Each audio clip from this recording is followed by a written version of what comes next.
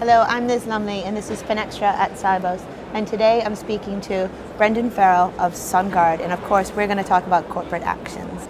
So Brendan, it seems like from my point of view that the industry has been talking about STP rates and corporate actions automation for quite some time. So I mean, why are we now in 2013 still discussing the challenges of corporate actions automation?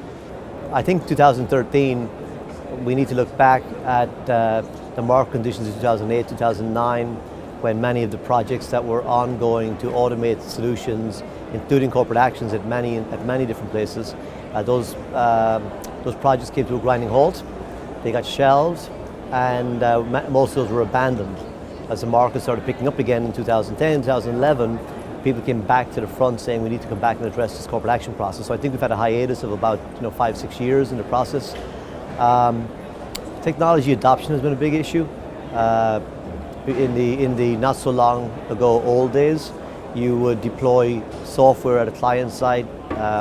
Solutions were large, were complex, they cost a lot of money to deploy, they cost a lot of money to run.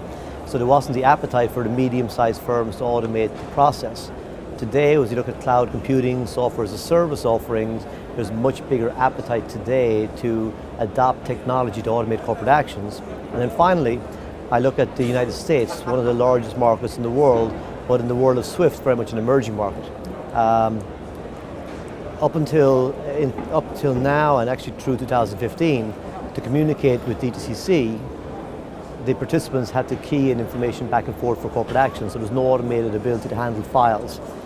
DTCC have a program called DTC Reengineering, where in 2015 they'll be able to accept Swift messages in the ISO 20022 standard. At that point, I think it's going to create a major impetus for clients of DTCC to not only will they communicate with DTCC through the message type 20022, but they'll be looking then to have further STP capabilities to communicate with custodians, take in additional data interfaces. And corporate action is a food chain of events. So the more you can automate each step of the process, from the larger players to the smaller players down the food chain.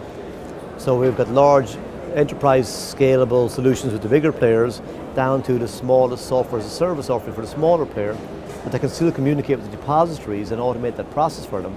I think we're going to see a substantial turn in adoption of automation of corporate actions in the coming years. So yeah, so staying in America, I mean, what are some of the firms doing to prepare for 2015?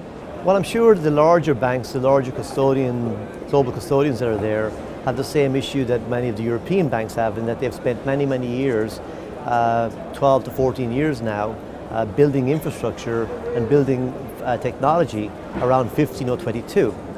The fact that there's no end in sight for 15022, and that 20022 is going to be in coexistence with 15022 for the foreseeable future, I'm sure that they're struggling with the concept of supporting two different standards. When the majority of the marketplace starts using 20022 in the US to communicate with the depositories, and then other locations like the ASX in Australia, SGX in Singapore, JASDAQ in Tokyo are now all publishing their data to the marketplace in 2022. It's going to cause quite a problem for these institutions that are now going to have to support two completely different standards. But from our perspective, that's where we step in, because for our customers, SunGard will make that completely transparent to our customers, because we will support the coexistence of 15022 and 2022 for our customers. So, I mean, Swift came out with a survey looking at corporate actions, and technologies such as cloud computing came kind of very low on the list of strategic priorities for the bank.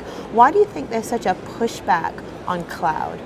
I just think there's a general misunderstanding of what cloud really is.